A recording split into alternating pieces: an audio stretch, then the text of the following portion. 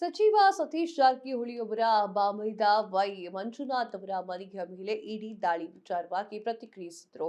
ಸಚಿವ ಸತೀಶ್ ಜಾರಕಿಹೊಳಿ ಈ ಒಂದು ಬಗ್ಗೆ ಮಾಹಿತಿ ಬರುವವರೆಗೂ ಕೂಡ ಏನು ಹೇಳುವುದಕ್ಕೆ ಬರುವುದಿಲ್ಲ. ಯಾವ ಕಾರಣಕ್ಕೆ ಇಡಿ ದಾಳಿ ಮಾಡಿದೆ ಅಂತನೂ ಕೂಡ ಮಾಹಿತಿ ಗೊತ್ತಿಲ್ಲ. ನಾಳೆ ತನಕ ಕಾದು ನೋಡೋಣ ಅಂತ ಹೇಳಿ ಮಾಹಿತಿ ಬರುತ್ತೆ ಅಂತ ಹೇಳಿ ಜಾರಕಿಹೊಳಿ ಅವರು ಹೇಳಿದ್ದಾರೆ. ಎಸ್, ಅದ್ರ ಬಗ್ಗೆ ಒಂದು ಬೈಟ್ ಕೊಟ್ಟಿದ್ದಾರೆ ನೋಡ್ಕೊಂಡು. ನಮಗೆ ಅದಕ್ಕೆ ಹೇಳಲಿಕ್ಕೆ ಜಾರಕಿಹೊಳಿ ಕುಟುಂಬದ ಈ ಕಡೆ ನಿಮ್ಮ ಬಾಮೈದ ಬೇರೆ ಸರ್ ಅವರು ಇರ್ಬೋದು. ಅದು ನೋಡೋಣ, ಮಾಹಿತಿ ಬರದೆ ಏನು ಹೇಳಕ್ಕೆ ಆಗಲ್ಲ. ಯಾವ ರೀಸನ್ಗೆ ಅವರು ರೇಡ್ ಮಾಡಿದ್ದಾರೆ, ಅವ್ರು ಏನು ಕೇಳಿದ್ದಾರೆ, ದಾಖಲೆ ಏನು ಅವ್ರು ಕೊಡಬೇಕು. ಮತ್ತೆ ನಾಳೆ ಮಟ್ಟ ವೇಟ್ ಮಾಡೋಣ, ಏನಂತ ಅರ್ಜೆಂಟ್ ಏನಿಲ್ಲ. ಇವತ್ತು ಅಟ್ ಎ ಟೈಮ್ 7 ಕಡೆನೂ ಆಗಿದೆ ಸರ್. 7 ಕಡೆ ಆಗಿರ್ಬೋದು, 8, 10 ಆಗಿರ್ಬೋದು, ಅದು ಗೊತ್ತಿಲ್ಲ. ಟಿವಿಯಲ್ಲಿ ಬರ್ತಾ ಇದೆ, ನಾವು ನೋಡಿದ್ವಿ ಅಷ್ಟೇ. ಸೊ ನಾಳೆಗೆ ಅದ್ರ ಬಗ್ಗೆ ಹೇಳೋಣ, ಮಾಹಿತಿ ಸಿಕ್ಬೇಕು ಹೇಳ್ತೀವಿ. ಈಗ ಹೆಂಗೆ ಹೇಳತ್ತಿಲ್ಲ, ನಾಳೆ ಬೇಕು. ರಾಜಕೀಯ ಐತೋ ಇಲ್ಲ ಅನ್ನೋದು ನಾಳೆ ಗೊತ್ತಾಗುತ್ತೆ, ನೀವು ಇವತ್ತು ಗೊತ್ತಾಗುತ್ತೆ.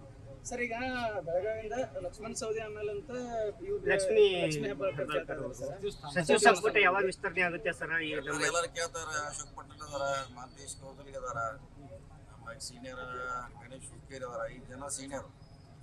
ಅದ್ರಲ್ಲಿ ಯಾರಿಗೆ ಸಿಗ್ತಿದೆ, ಯಾರು ಕೊಡ್ತಾರೆ ಹೈಕಮಾಂಡ್ ಅವರು. ಸರ್, ಈಗ ಬಿಡದಿ ಟೌನ್ಶಿಪ್ ಏನಾಗ್ತಾ ಇದ್ದು ಅಲ್ಲಿ ಪ್ರಿಯಾಂಕಾ ಖರ್ಗೆ ಅವರು ಒಂದು ಹೇಳಿಕೆ ನೀಡಿದ್ದಾರೆ. ಇನ್ ಕೇಸ್ ಅಲ್ಲಿ ರೈತರು ಏನಾದರೂ ನಮಗೆ ಭೂಮಿ ಕೊಡಲಿಲ್ಲ ಅಂತ ಯೋಜನೆಯನ್ನ ಬೇರೆ ಕಡೆಗೆ ಮಾಡೋಣ ಅಂತೇಳಿ.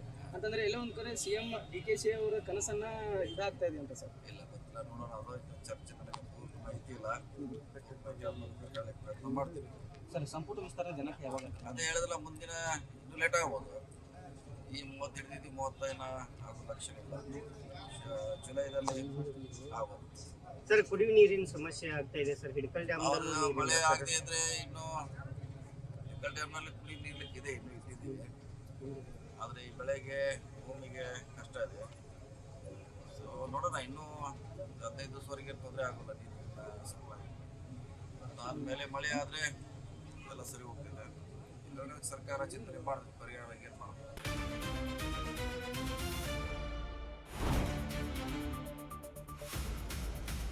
ಸಂಪೂರ್ಣ ನ್ಯೂಸ್ 24x7 ಇದು ನೊಂದವರ ಧ್ವನಿ.